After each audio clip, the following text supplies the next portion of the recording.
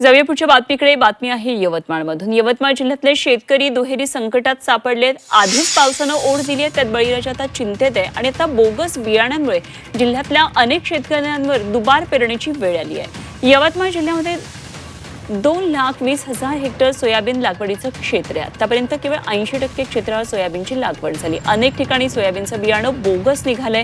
शेतकऱ्यांना या ठिकाणी आता दुबार पेरणी लागतेय आणि कृषी विभागाकडे सोयाबीनची उगवण न झाल्याच्या 832 तक्रारी दाखल झाल्यात। या प्रकरणात आता दोषींवर गुन्हे दाखल करणार असल्याचं आश्वासन कृषी विभागाकडून देण्यात आलंय।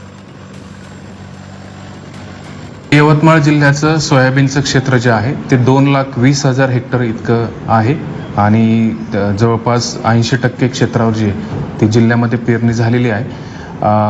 बियाणं उगवण न झाल्याबाबत आपल्याकडं आज रोजीपर्यंत जिल्ह्यातील एकूण 832 तक्रारी प्राप्त झालेल्या आहेत आणि त्यापैकी 485 तक्रारींची पाहणी झालेली आहे आणि उर्वरित जे आहे त्याची पाहणी जी आहे ती समितीमार्फत सुरू आहे। अधिकारी हा प्रत्येक कृषी केंद्रातून 5,000 रुपये महिना घेतो, प्रत्येक कृषी केंद्रातून।